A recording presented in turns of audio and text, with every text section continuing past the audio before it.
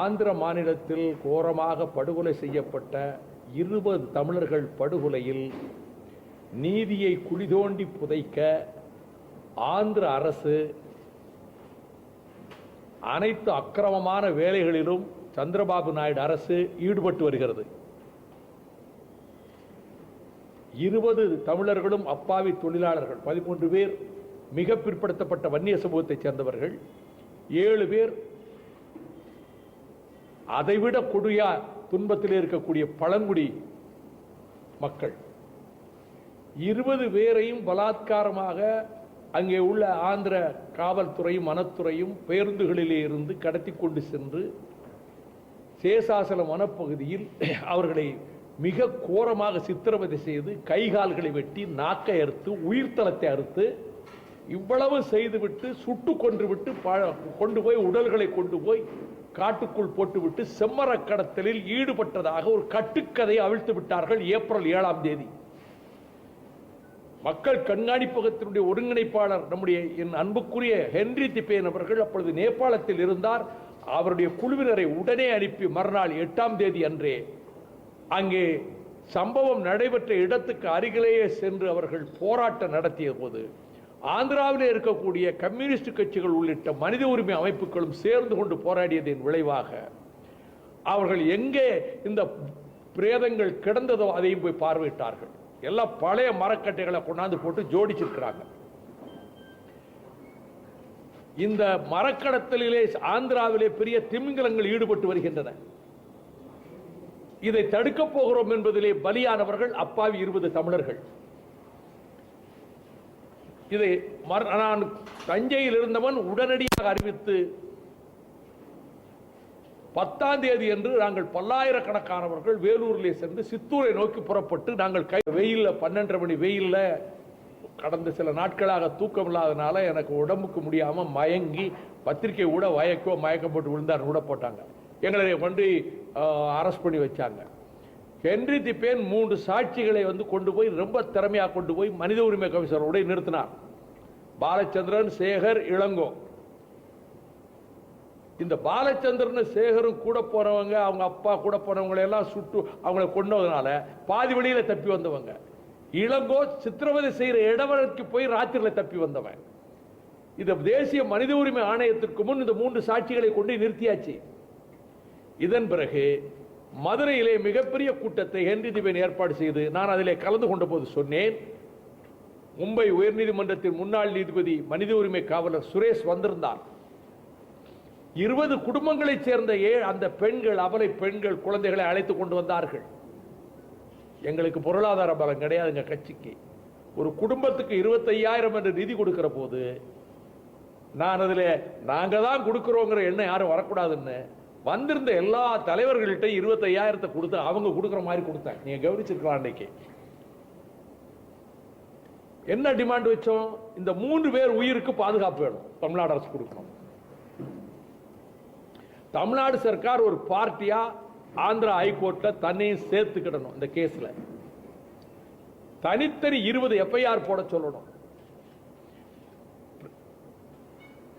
பிரேத பரிசோதனை அறிக்கை பாதிக்கப்பட்ட குடும்பங்களுக்கு உடனடியாக கொடுக்க ஏற்பாடு செய்ய வேண்டும். இது தமிழ்நாடு கவர்மெண்ட் இதுல பார்ட்டியா சேரணும் ஆந்திரா கேஸ்ல. ஏனென்றால்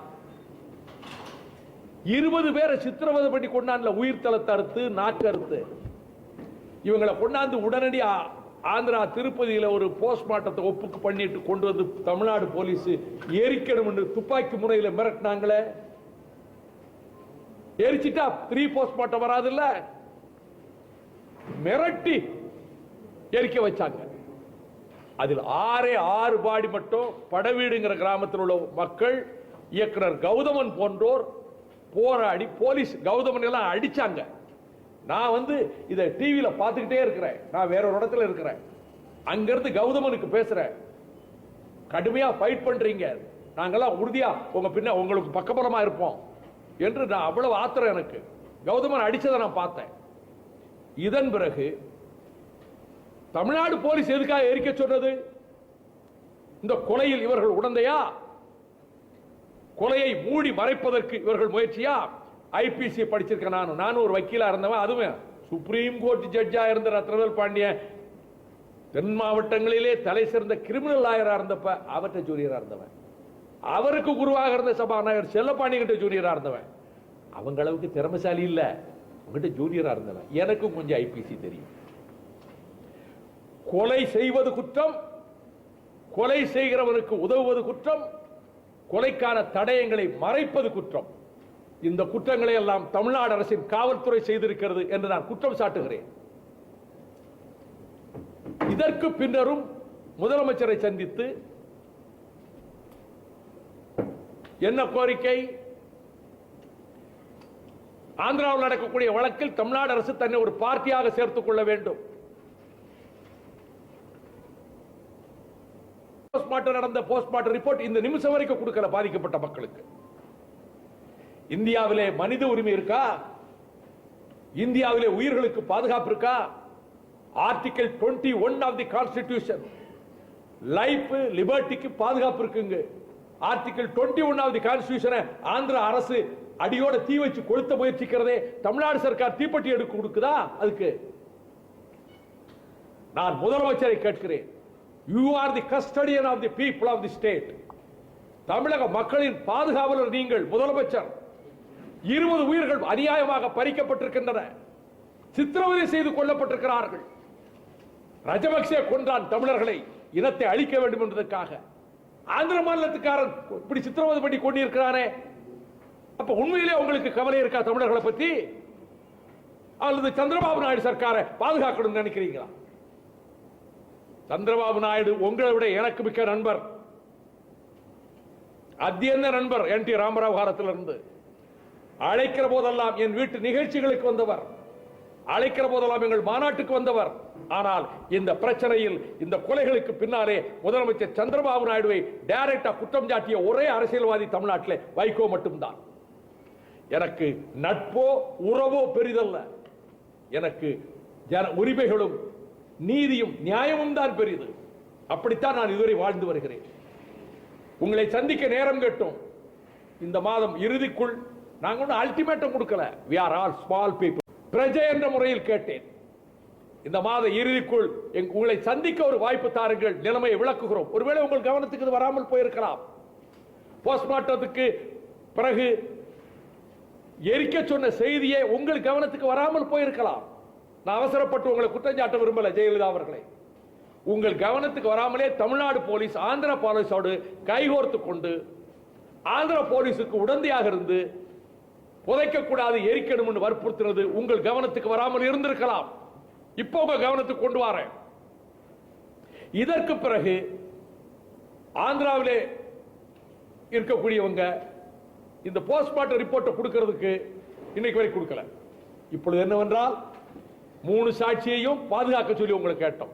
3 சாட்சியையும் இப்ப 3 நாளா அண்ணாதிமுக காரங்களை வச்சு மிரட்டி காசு பணம் தாரோன்னு சொல்லி சாட்சியை மாற்றி சொல்ல வைக்கிறதுக்கான வேலை நடந்து இன்னைக்கு எஸ்ஐடி விசாரணைக்கு அங்க வாரான் ஆந்திராவில் இருந்து. இந்த தமிழ்நாடு என்ன நாதி இல்லாம போச்சா? திறந்த வீடா இதெல்லாம் நுழைகிறதுக்கு? என்ன நினைச்சிட்டு இருக்காங்க? அவன் ஆந்திரா போலீஸ்காரன் வந்து இதுவரைக்கும் நான் செம்மர கடத்தல பிடிக்கிறோம்னு இருக்கிறவங்க எல்லாம் மிரட்டிட்டு ஒவ்வொரு ஊர்லயும் போய் மிரட்டி உங்களை அந்த கேஸ்ல சேர்த்துருவேன், செம்மர கடத்தல் கேஸ்ல சேர்த்துருவேன்னு டெரரைஸ் பண்ணிக்கிட்டு இருக்கிறான். இங்க ஒரு கவர்மெண்ட் இருக்கா? Is there any government in Tamil Nadu? My blood is boiling.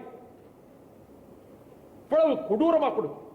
ஏழை மக்கள், அடுத்த வேளை கஞ்சிக்கு வசதி இல்லாத மக்கள், செம்மர கடத்தல கோடி கோடியா கொள்ளையடிச்சவனா நாட்டில் இருக்கிறான். அவன் வீடுகளை போய் பாருங்க, குடிசை வீடு, அடுத்த வேளை சொத்துக்கு வழி இல்லாத வீடு, ஏழை தொழிலாளி. செம்மர கடத்தலில் ஈடுபட்டே இருந்தாலும் கொள்றதுக்கு ஒரு உரிமை கிடையாது. நான் ஆர்குமெண்ட் சேர்த்துதான் சொல்றேன், அவங்க ஈடுபட்டதா நான் சொல்லல. இப்போ போய் சாட்சிகளை இன்னைக்கு எஸ்ஐடி எதுக்கு வருது? ஏற்கனவே விசாரிச்சுட்டாங்க, திரும்ப விசாரிக்க கொண்டு வந்து மாத்தி எழுதி கொண்டு போய் கோர்ட்ல தாக்கல் பண்ற அயோக்கிய தரத்தை செய்யறதுக்கு ஆந்திரா போலீஸ்காரன், ஆந்திரா கவர்மெண்ட் எஸ்ஐடி எதுக்கு அமைச்சிருக்கு தெரியுமா? அங்க எவன் என்கவுண்டர் பண்ணானோ அவங்களெல்லாம் கொண்டு வந்து எஸ்ஐடியில கமிட்டியில போட்டிருக்கான். நடப்பது இலங்கையில் இல்ல, இந்தியாவில், கோதாவரி கரையில், ஆந்திராவில் நான் அதனால் தான் தெரிவிக்கிறேன், இந்த 3 சாட்சியை இப்ப நாங்க பாதுகாத்தாச்சு, அவங்க கையில் கிடைக்க விடல. ஹென்றி திபேன் அதுக்கான ஏற்பாடு பண்ணிட்டார், பாம்பேல இருக்கார். எனக்கு தகவல் சொன்னார், 10 மணிக்கு சொன்னார். 10வது நிமிஷம் உங்களுக்கு பிரஸ் மீட் பண்ணணும்னு நினைச்சேன். எனக்கு 10 மணிக்கு எனக்கு மிக நெருங்கிய உறவு இப்போ ஆஞ்சியோ நடந்துகிட்டு இருக்கு உடம்புல. அதுக்கு தான் நான் ராத்திரி 1:30க்கு வந்தேன். நான் அதை விட்டுட்டு வந்திருக்கேன்னா சொன்ன 10வது நிமிஷம் பிரஸ் மீட் வைக்கணும் கோவிநாதன் கிட்ட சொன்னேன், அப்புறம் மாபுஜான் சொன்னேன். அதாவதுங்க தமிழ்நாட்டில் என்னங்க நடக்குது?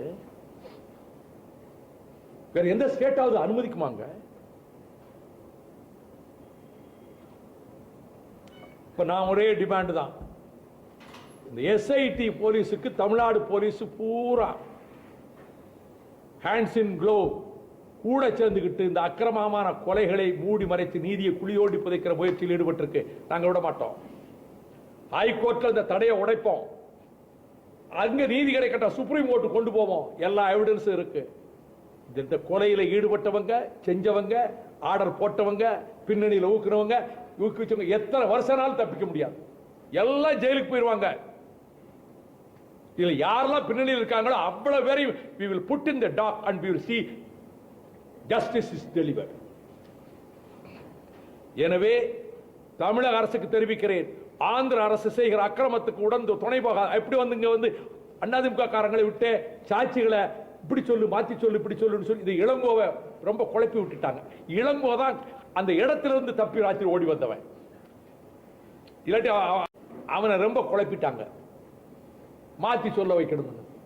இப்போ மாத்தி முந்தி கொடுத்த ஸ்டேட்மெண்ட்டுக்கு இதை மாத்தி கொடுத்து இதை கொண்டு போய் ஆந்திரா ஹைகோர்ட்ல சப்மிட் பண்றதுக்காக இந்த வேலையை செஞ்சிருக்காங்க. சாட்சிகளை கலைப்பது, குற்றவாளிகளுக்கு ஆதரவு கொடுப்பது கிரிமினல் குற்றம். அதிமுக அரசு இந்த கிரிமினல் குற்றத்தை செய்கின்ற குற்றச்சாட்டுக்கு ஆளாக வேண்டாம். இப்பயும் நாங்க கேட்கிறோம், 31ஆம் தேதி வரைக்கும் எங்களுக்கு சந்திக்க வாய்ப்பு கொடுங்க. முதலமைச்சர் அவர்களை உங்ககிட்ட வந்து சொல்றோம், உங்களுக்கு ஒரு தெரியாம இருக்கலாம், வாய்ப்பு கொடுங்க. நாங்க ஒன்றும் அல்டிமேட்டம் வைக்கல. வாய்ப்பு கிடைக்கலன்னா எங்களுக்கு என்ன வேற வழி? we have no other option. என்ன செய்ய போறோம் அது இப்ப நான் சொல்ல மாட்டேன். நாங்கள் முடிவு பண்ணி வச்சிருக்கிறோம். இது பத்திரிகையாளர்கள் மூலமாக அரசுக்கு தெரிவிக்கிறேன்.